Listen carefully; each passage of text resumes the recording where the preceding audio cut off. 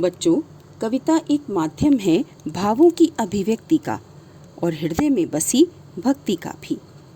भक्त कवियों ने अपने आराध्य की भक्ति के लिए जो कविताएं रची, वे इतनी सुंदर रची कि आज भी उन्हें पढ़कर मन आनंद विभोर हो उठता है। भक्ति की इतनी ही सुंदर एवं कोमल अभिव्यक्ति करने वाले कवि थे रस खान, जो श्री कृष्ण के अनन्य भक्त थे। वे ऐसे डूबे थे श्री कृष्ण की भक्ति में कि उनकी रचनाएं जैसे भक्ति की चाशनी में पकी हुई लगती हैं, जिसे पढ़कर मन मिठास से लबालब भर जाता है। तो पहले जान लें रस खान के बारे में, जिन्हें रस की खान कहा जाता है। इनका मूल नाम सैयद इब्राहिम था। इनका जन्म 1548 के आसपास दिल्ली में हुआ था। सुजान रस खान एवं प्रेम वाटिका जैसे मधुर काव्य के रचयिता रस खान की मृत्यु सन 1628 ईस्वी के लगभग मानी जाती है। बच्चों, इस हिसाब से कवि रस खान मुगल बादशाह अकबर के समकालीन हुए। तो आइए हम भी रस खान की कृष्ण भक्ति के रस में खुद को डुबोकर पवित्र कर लें। आनंद लें रस की खान रस खान के सवैयों का। सवैया एक वर्णिक छंद है जिसमें 22 से 26 वर्ण होते हैं और प्रस्तुत सवैयों की भाषा ब्रज है। पहला सवैया। मानुष हो तो वही रस खानी, बसों ब्रज गोकुल गाँव के ग्वारन। जो पशु हो तो कहा बस मेरू, चरो नित नंद की धेनु मझारन। पाहन हो तो वही गिरे को, जो कियो हरि छत्र पुरंदर धारन। जो खग हो तो बसेरो करो, मिली कालिंदी कूल कदम्ब की डारन। पहले शब्दार्थ देखिए। मानुष मनुष्य, ग्वारन ग्वाले, पशु पशु, धेनु गाय, मंझारन बीच में, पाहन पत्थर, गिरी पर्वत, पुरंदर इंद्र, खग पक्षी, कालिंदी यमुना नदी, कूल तट, कदम्ब कदम्ब का वृक्ष।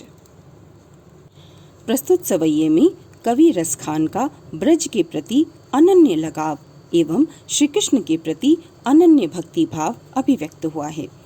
उनके मन में यह इच्छा थी कि वे श्री कृष्ण का स्पर्श, उनका सानिध्य पा सकें और उनके दर्शन कर सकें।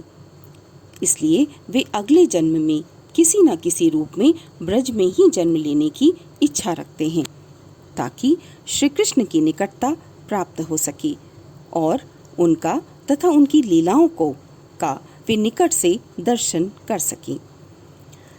श्री कृष्ण ब्रज के कण कण में विद्यमान हैं, इसलिए रस खान कहते हैं कि वे यदि अगले जन्म में मनुष्य का रूप धारण करें तो ब्रज के गोकुल गांव में ग्वालों के साथ ही रहें।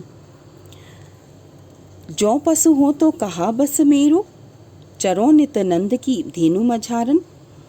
यदि अगले जन्म में वे पशु बने तो इस पर उनका कोई वश नहीं होगा, लेकिन वे चाहते हैं कि गाय के रूप में वे जन्म लें और नंद की गायों के बीच में चरें। क्यों? क्योंकि नंद की गायों को ही तो श्री कृष्ण चराने ले जाते थे, उनके आसपास ही रहते थे। इसलिए यदि रस खान गाय के रूप में जन्म लेंगे तो श्री कृष्ण का साथ उन्हें मिल सकेगा। पाहन हो तो वही गिरे को, जो कियो हरि छत्र पुरंदर धारन। यदि वे अगले जन्म में पत्थर बने तो भी उन्हें कोई शिकायत नहीं होगी। वे तो बस इतना ही चाहते हैं कि यदि पत्थर बने तो गोवर्धन पर्वत का पत्थर बने, जिसे श्री कृष्ण ने अपनी छोटी उंगली पर धारण किया था, गोकुलवासियों को इंद्र के क्रोध से बचाने के लिए। उस स्थिति में रस खान को श्री कृष्ण का स्पर्श प्राप्त हो सकेगा, क्योंकि गोवर्धन पर्वत के कण कण में श्री कृष्ण का ही तो वास है। जो खग हो तो बसेरो करो, मिली कालिंदी कूल कदम्ब की डारन। कवि रस खान चाहते हैं कि यदि अगले जन्म में वे पक्षी बने तो यमुना नदी के तट पर स्थित कदम्ब के वृक्ष की शाखा पर ही बसेरा करें, ताकि वहां रहकर श्री कृष्ण के दर्शन कर सकें। क्यों? क्योंकि श्री कृष्ण की लीलाएं यमुना नदी के तट पर उसके आसपास ही हुई थीं। कदम्ब की डाल पर बैठकर वे श्री कृष्ण का, उनकी लीलाओं का दर्शन कर सकेंगे। पक्षी बनकर कवि रसखान श्री कृष्ण के ही दर्शन पाना चाहते हैं। इस प्रकार कवि रसखान किसी न किसी रूप में ब्रज का ही हिस्सा बनना चाहते हैं। दूसरा सवैया। या लकुटी अरु कामरिया पर राज तिहूं पुर को तजी डारो, आठों सिद्धि नवों निधि के सुख नंद की गाई चराई बिसारो। रस खान कबों इन आखिन सो ब्रज के बनबाग तड़ाग निहारो, कोटिक एकल धौत के धाम करील के कुंजन ऊपर वारो। पहले शब्दार्थ देखिए। लकुटी लाठी, कामरिया कंबल, तिहूं तीनों, पुर लोकों का, आठों आठों सिद्धियां, नवोनिधि नौ निधियां, कबों कब, तड़ाग तालाब, कलधौत सोने चांदी के धाम महल, करील कांटेदार झाड़ियां, कुंजन बगीचा। प्रस्तुत सवैये में रसखान की श्री कृष्ण के प्रति अनन्य भक्ति भावना प्रकट होती है कि वे श्री कृष्ण के प्रति ही नहीं, उनकी प्रयोग की गई वस्तुओं के प्रति भी समर्पित हैं। रसखान कहते हैं, या लकुटी अरु कामरिया पर राज तिहूं पुर को तजी डारो। वे श्री कृष्ण की लाठी और कंबल के लिए तीनों लोकों का साम्राज्य भी त्याग देने को तैयार हैं। बच्चों, रसखान श्री कृष्ण के अनन्य भक्त थे और श्री कृष्ण से जुड़ी वस्तुओं के समीप रहकर उनकी भक्ति भावना तृप्त होती थी। इसलिए उनके सामने तीनों लोकों का साम्राज्य भी रसखान को बेकार लगता है। वे कहते हैं कि उनकी लाठी और कंबल पर वे तीनों लोकों का साम्राज्य न्यौछावर कर देना चाहते हैं, यानी तीनों लोकों का साम्राज्य उनके लिए व्यर्थ है, बेकार है। आठों सिद्धि नवों निधि के सुख नंद की गाई चराई बिसारो। वे कहते हैं, यदि उन्हें नंद की गायों को चराने का सुखद मौका मिले तो इसके लिए वे आठों सिद्धियां एवं नौ निधियों का सुख भी त्याग देना चाहते हैं, यानी आठों सिद्धियां और नौ निधियां भी यदि उन्हें मिल जाएं तो वे व्यर्थ हैं, वे उसे त्याग देंगे। उन्हें तो नंद की गायों को चराने का सुख ही सबसे बड़ा लगता है। बच्चों, 8 सिद्धियां होती हैं: अणिमा, महिमा, गरिमा, लघिमा, प्राप्ति, प्राकाम्य, ईशित्व और वशित्व। 9 निधियां होती हैं: पद्म, महापद्म, शंख, मकर, कच्छप, मुकुंद, कुंद, नील और खर्व। ये कुबेर की 9 निधियां मानी जाती हैं। रसखान कबों इन आखिन सो ब्रज के बनबाग तड़ाग निहारो। रसखान कहते हैं कि वे कब अपनी इन आँखों से ब्रज के वन, बाग और तालाब को निहारेंगे। कौन सा ऐसा समय आएगा जब ऐसा संभव होगा। कोटिक एकल धौत के धाम करील के कुंजन ऊपर वारो। श्री कृष्ण की लीलाएं जहाँ होती थीं उन्हें देखना ही रसखान के लिए सुखदायी है, और वे इतना सुखदायी है कि ब्रज की कांटेदार झाड़ियाँ भी उन्हें सुख देने वाली हैं, और ऐसा सुख देने वाली हैं कि उस पर करोड़ों सोने चांदी के महल भी वे न्यौछावर कर देना चाहते हैं। अर्थात श्री कृष्ण की उपयोग की गई वस्तुएं उन्हें इतनी प्रिय हैं और वे उसके प्रति इतने समर्पित हैं कि उसके सामने तीनों लोकों का साम्राज्य, सोने चांदी के महल, 8 सिद्धियां, 9 निधियां सब न्यौछावर कर देना चाहते हैं, जिनके लिए सामान्य मनुष्य तपस्या करता है, बहुत संघर्ष करता है उन्हें प्राप्त करने के लिए। लेकिन रसखान के लिए वे सब व्यर्थ हैं, क्योंकि वहाँ श्री कृष्ण नहीं हैं। तो जहाँ श्री कृष्ण का वास है उन्हें तो वही प्रिय हैं, चाहे वे कांटेदार झाड़ियाँ ही क्यों ना हों। तीसरा सवैया।